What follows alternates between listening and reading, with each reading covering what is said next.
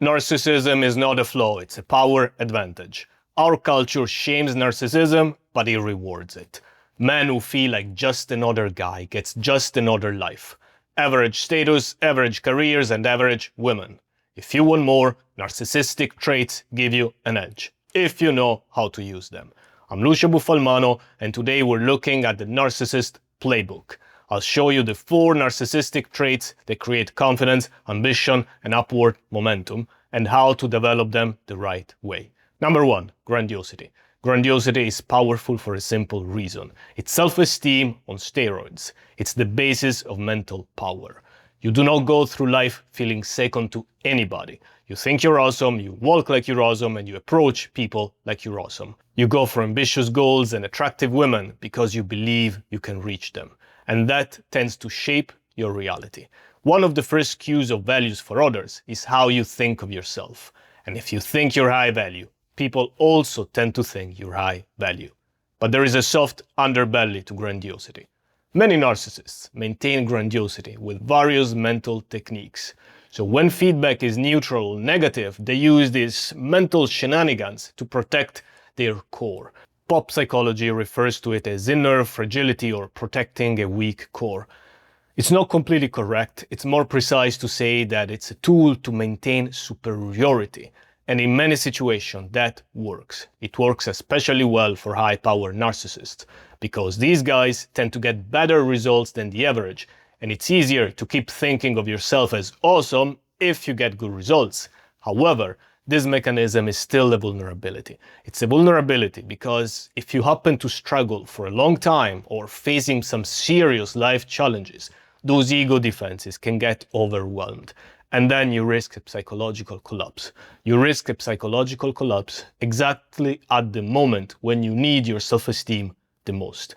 Fortunately, there is an antidote. The antidote is ego resilience or empowered fatalism, such as accept mortality, aging, accept that failure is a possibility, accept and welcome the struggle, and accept that no matter how far you go, you can still end up back at square one, and that's okay. When you accept that, you are unbreakable. The mental power of grandiosity stays with you no matter what, and that's an incredible asset. It supports your mental health, your mental power, and it helps you advance once again. Another effective approach is to channel grandiosity only towards your raw material and then taking the onus on yourself to make the raw material work. It works with this mindset. I'm great, I have a lot of potential and I'm not second to anybody. Now it's on me to put that potential to work and to do something with it. This mindset channels your grandiosity into work, and that's incredibly empowering. It's even more empowering when you combine it with looking at life as a question of odds, a numbers game. Here is an example of how to use that. Let's take dating. I don't see myself as a model, and I don't need to be one, but I believe that I can be a top option for many women, and my job is to find those women and show it. In a numbers game, you control how many times you try. And more tries equal better skills and outcomes. That's another empowering mindset, by the way. And guess what? When you keep looking and you never stop, you tend to find what you're looking for. Even if by simple luck, you will find some attractive women who do indeed think you're a great guy for them. And that becomes a positive feedback loop. The initial no's are quickly forgotten because they pale in comparison to the more meaningful success stories. And that is how your inner grandiosity builds a grandiose reality. Number 2, entitlement. Entitlement also has power. Men who believe they deserve good things go after good things and after opportunities that other men will feel are too much for them. However, entitlement has larger risks than grandiosity. When you feel entitled to results far above your level on your value and with people who do not actually want you, then it's maladaptive. It's maladaptive at all levels. Number 1, it's ineffective to achieve goals. 2, it can lead to aggressive and nasty behavior that push you away from others. And 3, it consumes you psychologically with anger and resentment.